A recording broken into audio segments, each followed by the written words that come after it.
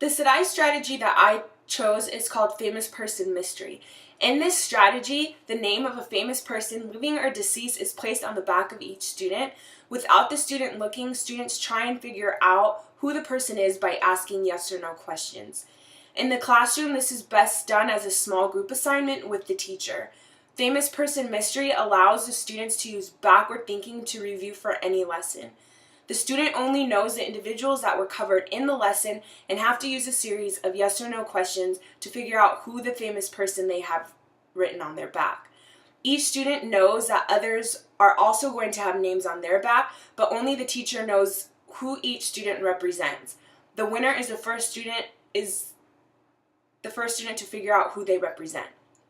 While this strategy is specifically designed to help EL students in history and social studies, Famous Mystery Person can be used in any subject area.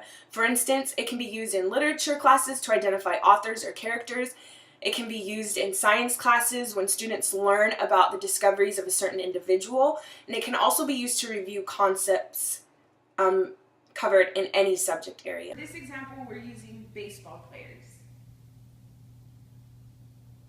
Does he play an infield position? Yes. Has he been in the league for a long time? Yes. Does he play third base? No. Does he play catcher? No. Does he play shortstop? Yes.